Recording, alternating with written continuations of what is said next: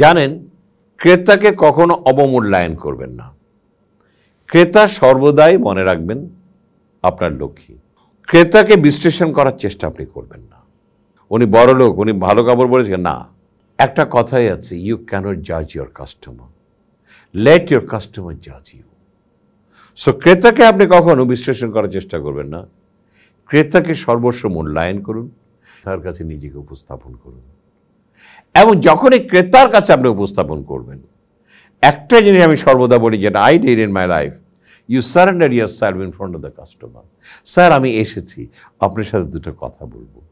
Sir, আমি আপনার উপকার করতে এসেছি, যেন আপনার লাভবান হন, সেই কারণে এসেছি। স্যার, আমি এসেছি আপনার জন্য। এই যে way of surrender is very important. আপনি কোথায় পড়াশোনা করেছেন, কোন জায়গায় পড়াশোনা, ইজ ইমম্যাটেরিয়াল। আপনার একটাই থাকতে হবে, ক্রেতার কাছে আপনাকে মোহ করতে হবে, যেন ক্রেতা যেন আপনাকে গ্রহণ করে অ্যান্ড বলে, এসো, আমি তোমাকে চাই এবং আমি তোমাকেই অর্ডার দেব, আর কাউকে না। কারণ তুমি আমার শ্রেয়, তোমাকে সবচেয়ে বেশি পছন্দ করি এবং সেটা কিন্তু তোমার গুণে হয়েছে, অন্য কারো গুণে না।